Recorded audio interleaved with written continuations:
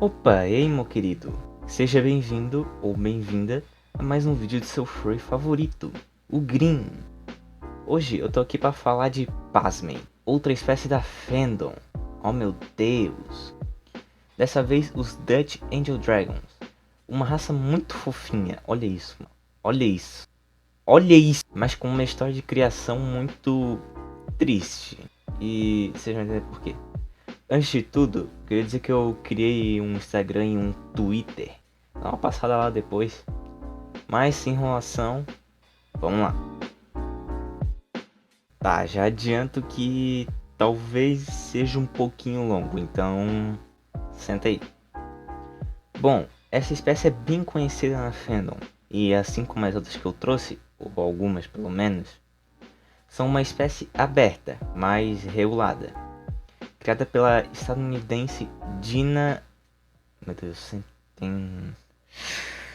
Dina Bismayer, eu acho. Também conhecida na internet como Inu... Meu pai do céu. Inu 89777. E é também a criadora de uma das personagens mais conhecidas de todas, a Telephone.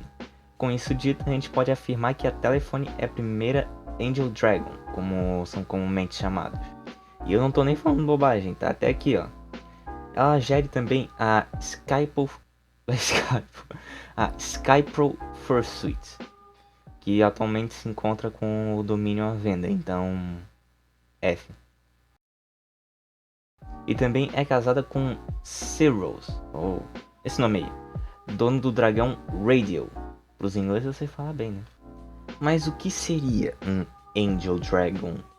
A palavra Angel Dragon, pelo menos para os Dutch Angel Dragon, não se refere a apenas um dragão com asas emplumadas e uma auréola na cabeça. Eles têm esse nome pois, na lore deles, eles são seres que vigiam e interagem com os habitantes da Terra, que a definição de anjo é algo como um espírito guardião ou influência orientadora, especialmente uma benevolente, o que combina perfeitamente com o que eles fazem. Eles são espécies de dragões com anatomia de cavalos, asas emplumadas, não possuem órgãos genitais ou tratos digestivos, focinhos mais quadrados que de cavalos, orelhas grandes e cobertos de pelos. Também são seres capazes de manipular a energia e com isso terem habilidades diversas, como mudar de forma e ir para o mundo físico, para atuar como anjos da guarda para as criaturas que vivem nele. E se alimentam não de coisas materiais, mas sim da energia delas. Então tudo que eles consomem é transformado em energia e transportado para os seus corpos. E quanto mais alta e mais pura for a energia, mais boost eles ganham. A anatomia dos Angel Dragons é complicado dizer, já que no site oficial de onde eu tirei as informações, tu pode ver cada partezinha dos Angel Dragons, desde os ossos até as características externas. Então eu vou tentar simplificar o máximo que eu conseguir. Tá bom. Eles podem ser de vários tipos de tamanhos, podendo ser maior que um ônibus ou menor que um gato. Mas eles podem mudar a aparência da forma que quiser. Eles apenas têm que morrer, entre aspas, e renascer, que nem uma fênix, se modelando até surgirem um ovo. Olha que bonito. As suas caudas são normalmente longas e similares à de dragões, com penas ou crinas na ponta. Uma vez que essa cauda é cortada, ela não cresce de volta, mas penas sim. Então se a cauda for cortada na base, eles não precisam se preocupar. No entanto, eles vão ter que fazer o processo de reencarnação de novo se quiserem ter as suas caudas de volta. Alguns podem possuir cascos, como cavalos, mas a maioria possui patas, as normais tendo 4 dedos nas mãos e pés, nenhum polegar, uma membrana pequena entre os dedos e suas garras sendo semi-retráteis, juntamente com almofadas digitais e de metacarpo. Eles não possuem tratos digestivos, sistema reprodutor, nem outros órgãos normais, como os pulmões, mas possuem, no entanto, uma função parecida com o sistema circulatório, que move o fluxo de energia por todo o corpo deles. A substância que corre por entre esse sistema é parecida com o sangue, mas é apenas energia em um estado líquido. Os seus estômagos já são literalmente sem fundo, assim sendo capazes de absorver tudo que é consumido e transformar em pura energia. E como eles não deixam resíduos para trás, não há necessidade de um ânus para evacuar ali, defecar. Indo agora para a lore da espécie, existem vários planos dentro dela, como o paraíso, o Aether, não é o do Minecraft, a Terra, o Abismo e muitas outras a serem descobertas. Os Angel Dragons vivem no Aether e alguns no Abismo, e podem interagir com a Terra através da manipulação de energia. Eles também possuem uma marca branca no focinho, que representava a lealdade deles ao paraíso e aos seres que viviam nele. Mas devido a conflitos que eu já vou explicar, essa marca foi retirada de todos, exceto da Telephone. Só que mais pra frente a criadora mudou essa regra para quem quiser ter essa marquinha. Eles surgiram quando todas as energias e seres viviam em um só lugar, mas como era difícil manter e balancear o plano, algo parecido com o Big Bang aconteceu, e vários planos surgiram dessa explosão. Então, os dragões começaram a aparecer no paraíso de repente, depois da formação dos planos, e começaram a habitar o lugar. Alguns dragões, especialmente aqueles com habilidades e dons, foram encarregados de olhar pelos habitantes da Terra como guardiões e, em algumas ocasiões, influenciar eles pelos sonhos ou usando energia para manipular objetos, que nem poltergeists. E tudo, nesse período, vivia na mais pura harmonia e paz, só coisa boa. Mas contudo, aí ó, já começou. Contudo, existia um ser que, para manter o equilíbrio no universo, começou a implantar o caos e a desordem.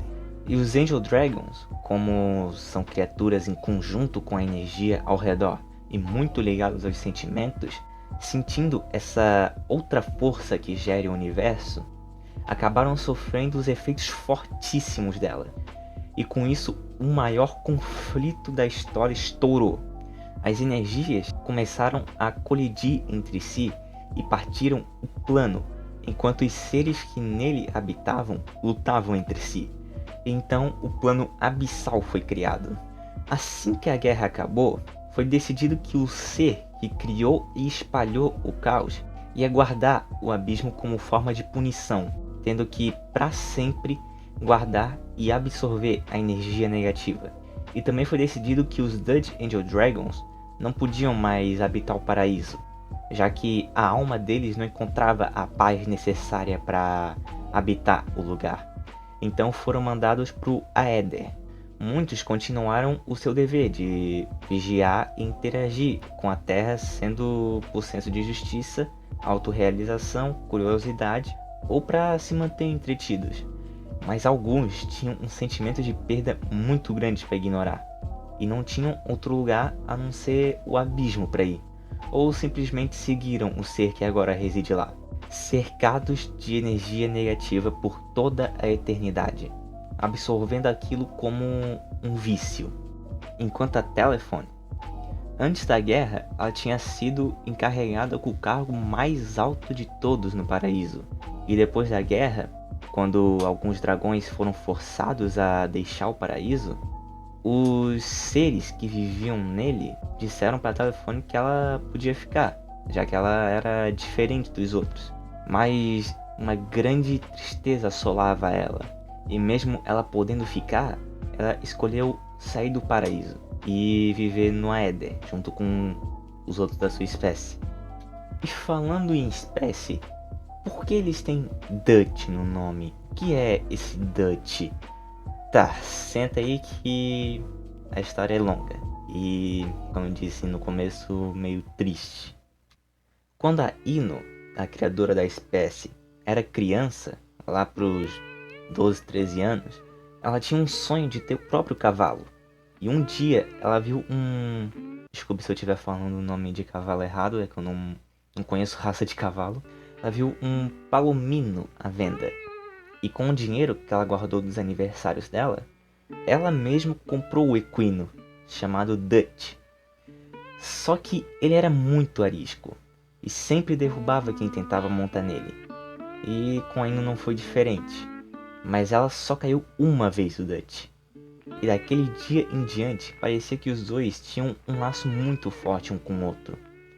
Ela mantinha o Dutch no rancho da Deborah, a antiga dona do Dutch, pagando mensalmente os custos. E até a rancheira Deborah ficou impressionada, já que, como ela disse, ela conseguia fazer tudo com o Dutch o que os outros não conseguiam fazer. No dia 1 de agosto de 2006, o Dutch infelizmente desenvolveu cólica equina, uma desordem severa no sistema digestivo. Ele foi levado o mais rápido possível para a clínica animal para cavalo da região, onde precisou de cirurgia. E a Ino ficou do lado dele durante a operação inteira, sem sair para nada. Depois da cirurgia, quando o Dutch acordou e tentaram levar ele para fora, ele simplesmente parou e se recusava a se mover, até a Ino andar com ele. E lentamente ele foi levado para um estábulo de recuperação. Lá ele deitou a cabeça no peito da Ino e ela, já sensível, sem saber mais o que fazer, abraçou o Dutch e chorou, dizendo que tudo ia ficar bem. Depois de um tempo, ela levou o Dutch para onde ele ia ficar, naquele lugar de guardar cavalo de rancho, só que com as paredes acolchoadas e bem confortável até para os animais. A Ino insistiu em ficar do lado dele a noite inteira, mas a clínica não permitia. E quando ela ia embora, tudo o que ela conseguia escutar era o Dutch chamando ela no estábulo. Já na manhã seguinte, ela recebeu uma ligação da Deborah chorando. Dutch tinha morrido devido a complicações na cirurgia.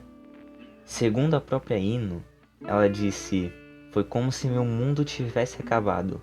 Meu cavalo, não, meu melhor amigo, meu companheiro e meus sonhos se foram. Eu senti como se minha alma fosse arrancada e não tivesse mais nada. O meu anjo da guarda me deixou." No dia 3 de agosto do mesmo ano, enquanto ela fazia as compras com a mãe, ela viu um jornal com uma foto dela e o Dutch, com um artigo dizendo: "Menina de 13 anos perde cavalo, seu melhor amigo." E imediatamente caiu em lágrimas. O artigo contava as aventuras dela com o Dutch, e como que no final ele acabou deixando ela muito cedo. A história circulou por todo o lugar, e antes que soubessem, eles já estavam ganhando doações de todo o país, assim conseguindo pagar a conta da clínica de $7.000. E ainda tinha um pouco para dar para Ino um novo cavalo. Até a Deborah encorajou ela a olhar alguns cavalos, mas ela já não sentia aquilo que ela sentiu com o Dutch. Mas um dia ela viu algo que chamou a atenção dela. Um baio alto e magro chamado Studley. Ela e a Deborah pagaram pelo cavalo e levaram ele.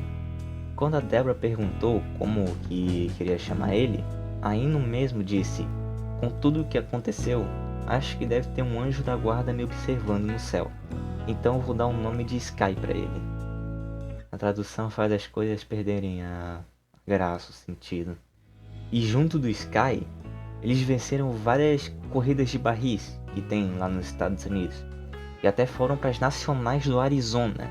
O Sky aproveitou bem a vida dele com a menina que deu esse nome, até ele infelizmente vir a falecer em 2017.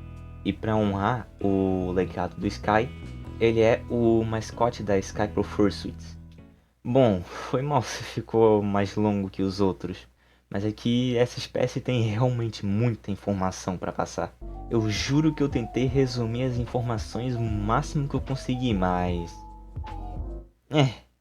se eu te entreti até aqui, deixa um like aí, comenta o que achou, se puder compartilha, se inscreve, você que sabe, mas me ajudaria muito. Se não entendeu alguma coisa ou ficou com alguma dúvida, deixa nos comentários aí para eu responder. Obrigado por ter me assistido até aqui e até a próxima. Tchau!